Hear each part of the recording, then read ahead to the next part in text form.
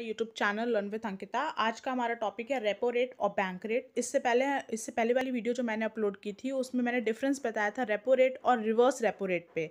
Also उस पर RBI जब ये रेट्स लगाती हैं तो उस पर आम आदमी पे क्या असर पड़ता है वो सब मैंने उस वीडियो में डिस्कस किया। आप उसे देख सकते हैं, लिंक मैं डिस्क्रिप्शन में दे दूंगी। आज का हमारा टॉपिक है रेपो रेट और बैंक रेट में क्या डिफरेंस होता है। दोनों एक ही जैसे लगते हैं लेकिन दोनों में डिफरेंस क्या होता है आज हम वो देखेंगे। तो चलिए देखते हैं कि बैंक रेट और रेपो रेट में क्या डिफरेंस है। पहला अगर हम लोग पॉइंट देखें तो बोल रहा है बैंक रेट यानी कि डिस्काउंट रेट, या बैंक रेट को क्या बोलते हैं, डिस्काउंट रेट भी बोलते हैं। अगर इस नाम से पूछ लिया जाए तो आपको कंफ्यूज नहीं होना है। बैंक रेट को डिस्काउंट रेट भी बोलते हैं। तो बैंक रेट भी दरअसल रेपो रेट की तरह ही होता है। ठीक है, यह भी रिजर्व बैंक की ओर से कमर्शियल बैंकों को मिलने वाले कर्ज पर ब्याज की दर होती है। यानी कि लेमैन लैंग्वेज में समझे तो जब कमर्शियल बैंक्स यानी कि ऐसा बैंक जहाँ पे हम जैसे कस्टमर्स जाते हैं, जैसे SBI, Canara, PNB, bank of India, ऐसे जो कमर्शियल बैंक्स होते हैं, जब उन लोग को लोन की ज़रूरत होती है वो आरबीआई के पास जाता है और वो जब उनसे लोन लेता है तो उस पर जो रेट ऑफ इंटरेस्ट आरबीआई उन पर चार्ज करता है उसे ही रेपो रेट और बैंक रेट दोनों बोलते हैं। अब जब दोनों एक ही चीज़ होती है तो दोनों में बेसिक डिफरेंस क्या है कि जिससे हम जाने कि बैंक रेट क्या होता है, रेपो रेट क्या होता है। चलिए देखते हैं क्या होता है डिफरेंस। क्योंकि दोनों ही वो रेट ऑफ इंटरेस्ट है जो कि आरबीआई चार्ज करता है किससे, कमर्शियल बैंक पे, अगर वो उनको लोन देता है। तो डिफरेंस क्या है, डिफरेंस क्या है, रेपो रेट और बैंक रेट में अंतर यह होता है कि रेपो रेट वाला कर्ज कमर्शियल बैंक की ओर से कुछ सिक्योरिटीज यानी कि बॉन्ड्स वगैरह रखने के बाद ही मिलता है। रेपो रेट में क्या होता है, जब कमर्शियल बैंक को आरबीआई जब कमर्शियल बैंक को लोन देता है तो इनसे कुछ सिक्योरिटीज रखाता है, कुछ बंधक रखाता है, तब ये लोन देता है। ठीक है, जैसे कि गवर्नमेंट सिक्योरिटीज रखाता है। और इसमें एक एग्रीमेंट होता है, जिसमें कि कमर्शियल बैंक उनको प्रॉमिस करता है, किसको प्रॉमिस करता है, आरबीआई को प्रॉमिस करता है कि हम ये आपसे रीपर्चेज करेंगे। यानी कि कमर्शियल बैंक लोन लेने के लिए सिक्योरिटीज रख देता है आरबीआई के बाद, लेकिन उस एग्रीमेंट जो साइन होता है उसमें ये बोलता है कि हम आपसे ये रीपर्चेज करेंगे गवर्नमेंट सिक्योरिटीज। इसमें रीपर्चेज ऑप्शन होता है रेपो रेट में, इसीलिए रेपो का फुल फॉर्म क्या है, रीपर्चेज ऑप्शन एग्रीमेंट या फिर रीपर्चेज एग्रीमेंट। ठीक है, आप समझ रहे होंगे। रेपो रेट में क्या होता है कि सिक्योरिटी रखनी पड़ती है और बैंक रेट में सिक्योरिटीज़ नहीं रखनी पड़ती हैं। यही बेसिक डिफरेंस है रेपो रेट और बैंक रेट में। जबकि दोनों ही इंटरेस्ट रेट की बात की गई है, दोनों ही इंटरेस्ट रेट है जब कमर्शियल बैंक्स को लोन मिलता है आरबीआई से, और आरबीआई उस पर जो रेट ऑफ इंटरेस्ट चार्ज करता है वही रेपो रेट और वही बैंक रेट होता है। लेकिन डिफरेंस क्या है कि रेपो रेट में रीपर्चेज का ऑप्शन मिलता है और इसमें गवर्नमेंट सिक्योरिटीज रखनी पड़ती है, एक बंधक रखना पड़ता है आरबीआई के साथ। लेकिन बैंक रेट में कोई भी कोलेटरल नहीं रखना पड़ता है, कोई भी बंधक नहीं रखना पड़ता है। ये एक बेसिक सा डिफरेंस है। अब आगे देखते हैं। रेपो रेट बहुत छोटी अवधि के लिए होता है। ठीक है, रेपो रेट जो होता है बहुत ही छोटी अवधि के लिए, ये एक रात के लिए भी होता है और 7 दिन, 14 दिन, 28 दिन के लिए। यानी कि अब क्या आरबीआई ने टर्म रेपोज भी चालू कर दिए हैं, जिसका ड्यूरेशन होगा, पीरियड ड्यूरेशन होगा। इस ड्यूरेशन के लिए आप रेपो रेट लोन ले सकते हैं। तो वो क्या है, 7 दिन, 14 दिन, 28 दिन एट्सेट्रा, ये सब टर्म रेपोज में आ गए। लेकिन जो बैंक रेट होता है वो लंबे ही समय के लिए होता है। ठीक है, ये एक और डिफरेंस है।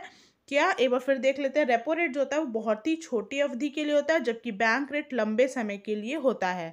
ठीक, अब अगला पॉइंट क्या है, रेपो रेट चूंकि सिक्योरिटीज को दोबारा से खरीद करने का मौका देता है, इसलिए रेपो रेट को रीपर्चेज रेट भी कहते हैं। मैंने बताया था रेपो रेट का फुल फॉर्म ही क्या होता है, repurchase agreement, repurchase option agreement, या इसके इंटरेस्ट रेट को क्या बोलेंगे, रीपर्चेज रेट। तो यहाँ पे क्या है, रीपर्चेज करने का ऑप्शन मिलता है जब आरबीआई के पास कमर्शियल बैंक कोई सिक्योरिटीज़ रखता है, कोई भी गवर्नमेंट सिक्योरिटीज़ रखता है, तो उस एग्रीमेंट में वो बोलता है कि हम आपसे ये रीपर्चेज करेंगे। तो इसीलिए से रीपर्चेज ऑप्शन एग्रीमेंट भी बोलते हैं। और एक और इससे पहले हमने क्या डिफरेंस देखा कि बैंक रेट में हमें सिक्योरिटी नहीं रखनी पड़ती, जबकि रेपो रेट में हमें सिक्योरिटी रखनी पड़ती है। नाउ बैंक रेट हमेशा रेपो रेट से अधिक ही होता है। बैंक रेट जो होता है वो रेपो रेट से अधिक होगा, ऑब्वियस सी बात है अधिक होगा, क्योंकि इसमें तो हमने कोई सिक्योरिटी जमा कर रखी है ना, बैंक रेट में तो हमने कोई सिक्योरिटी दी नहीं है, तो इसका रेट हाई होने के ज़्यादा चांसेस होते हैं, ये होता ही हाई है। अब क्योंकि बैंक रेट वाला कर्ज किसी बैंक की नकद की ज़रूरत को पूरी करने वाला होता है और इसके लिए सिक्योरिटी को बंधक रखने की भी ज़रूरत नहीं होती है।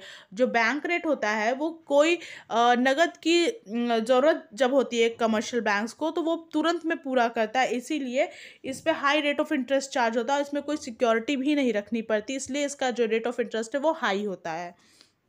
अब देखिए कुछ पॉइंट्स है जो कि कंफ्यूज होते हैं, लाइक बैंक रेट को ओवरनाइट रेट से भी कंफ्यूज हुआ जाता है। कुछ लोग हो जाते हैं ओवरनाइट, कुछ लोग समझते हैं कि ओवरनाइट रेट या फिर बैंक रेट एक ही होता है। नहीं, बैंक रेट तो वो होता है जब आरबीआई लोन देता है कमर्शियल बैंक को, उस पर रेट ऑफ इंटरेस्ट चार्ज करता है तो वो बैंक रेट होता है। लेकिन ओवरनाइट वो होता है जब दो बैंक्स अपने में ही ट्रांजैक्शन कर रहे हो, लोन ले रहे हो और दे रहे हो, तो उस पर ओवरनाइट रेट चार्ज होता है। उस रेट को ओवरनाइट रेट बोलते हैं, ठीक है।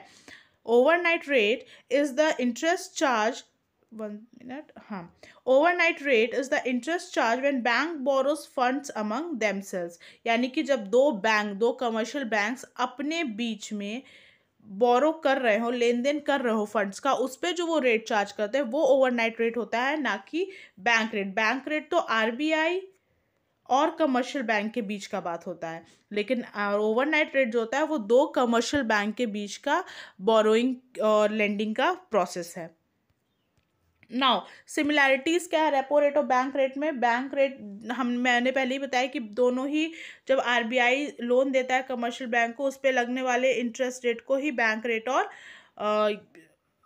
रेपो रेट बोलते हैं। लेकिन दोनों की सिमिलैरिटीज़ क्या है? दो चीज़ ऐसी क्यों है? देखिए दोनों की सिमिलैरिटीज़ ये कि दोनों ही इन्फ्लेशन कंट्रोल करते हैं, यानी कि महंगाई को काबू में करता है। मनी सप्लाई, मार्केट में मनी की सप्लाई को देखता है, और लिक्विडिटी इन मार्केट, यानी कि नकदी की तरलता को कंट्रोल करता है। अब कैसे करता है? देखिए जब रेट ऑफ इंटरेस्ट ज़्यादा चार्ज करता है आरबीआई कमर्शियल बैंक से, यानी कि जब कमर्शियल बैंक को लोन महंगा पड़ रहा है तो वो हम जैसे कस्टमर्स को भी तो लोन महंगा देगी। जब लोन महंगा देगी तो हम ज़्यादा अमाउंट में तो लोन लेंगे नहीं, तो अपने आप क्या है, हमारी परचेजिंग पावर कम हो जाती है और हम चीज़ों की डिमांड कम करते हैं, जिससे क्या है कि महंगाई कंट्रोल की जा सकती है। क्योंकि जब हम बहुत ज़्यादा डिमांड करते हैं, हम पैसा एक किसी कमोडिटी के लिए, किसी प्रोडक्ट के लिए, किसी आइटम के लिए, जब पैसा ज़्यादा देने को तैयार होते हैं और वो प्रोडक्ट मार्केट में कम होता है, तो मैन्युफैक्चरर या फिर सप्लायर जो उसको बेच रहा होता है वो उसका जो दाम है, वो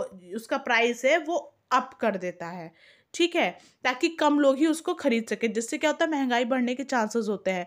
तो जब हम डिमांड ही कम करेंगे, हमारी परचेजिंग पावर कम हो जाएगी, हमें लोन कम मिलेगा, हमारी परचेजिंग पावर कम हो जाएगी, तो हम उस चीज़ की डिमांड कम करेंगे, हम उसके लिए कम पैसे खर्च करने के लिए तैयार होंगे, या हम लिमिटेड पैसे खर्च करेंगे। इसलिए ये जो मेजर्स हैं, ये दोनों ही मेजर्स महंगाई को कंट्रोल करने के लिए किए जाते हैं, और ऑटोमेटिकली मनी सप्लाई भी इसमें कंट्रोल हो जाती है, यानी कि बैलेंस हो जाती है, क्योंकि जब लोन वो कम देगा तो मार्केट में कम पैसा होगा, और लिक्विडिटी भी, यानी कि कैश कम होगी मार्केट में। तो ओवरऑल तीन सिमिलैरिटीज़ जो है वो सेम है दोनों की, कि दोनों ही इन्फ्लेशन कंट्रोल करते हैं, मनी सप्लाई को देखते हैं, और तरलता को देखते हैं मार्केट में, नकदी तरलता को, यानी लिक्विडिटी को। अब देखते हैं कि आम आदमी पर बैंक रेट और रेपो रेट का क्या असर पड़ता है। तो देखिए मैंने पहले ही बताया, ये वही है, अगर बैंक को कम ब्याज दर पर आरबीआई से लोन मिलेगा तो उससे ग्राहकों को भी सस्ते ब्याज दर पर कर्ज मिलेगा, ठीक है। ये मैंने अभी बताया कि अगर उसे ही लोन सस्ता पड़ेगा तो हमें भी लोन सस्ता देगा, अगर उसे महंगा पड़ेगा तो हमें भी महंगा देगा। यानी कि यहाँ पे बात कमर्शियल बैंक की हो रही है कि अगर RBI come rate of interest charge करेगा कमर्शियल बैंक को लोन देते समय, तो कमर्शियल बैंक भी हमसे कम ही चार्ज करेगा। लेकिन अगर वही उसको महंगा देगा, उसकी कॉस्ट ऑफ बोरोइंग महंगी हो जाएगी, उसको लोन महंगा पड़ेगा, तो वो जब हमें लोन देगा तो वो भी इंटरेस्ट रेट ज़्यादा ही चार्ज करेगा। तो ये असर पड़ता है हम पे, आम आदमी पे। लोन पे जो रेट ऑफ इंटरेस्ट डिसाइड होता है वो इन्हीं सब फैक्टर्स पे डिसाइड होता है। रेपो रेट से जो डिसाइड होता है वो शॉर्ट टर्म पीरियड के लिए डिसाइड होता है। ये एक पॉइंट आपको याद रखना है कि रेपो रेट से जो रेट ऑफ इंटरेस्ट डिसाइड होता है हमारे लिए, वो शॉर्ट टर्म के लिए होता है, लेकिन जो बैंक रेट से डिसाइड होता है वो लॉन्ग टर्म के लिए होता है। आई होप आपको क्लियर होगा। अगर आपको और भी किसी टॉपिक पे वीडियो चाहिए तो आप मुझे कमेंट करके बता सकते हैं। ऑल्सो आपको रेपो रेट और रिवर्स रेपो रेट की डिटेल वीडियो का जो लिंक है वो डिस्क्रिप्शन में मिल जाएगा। Thank you so much.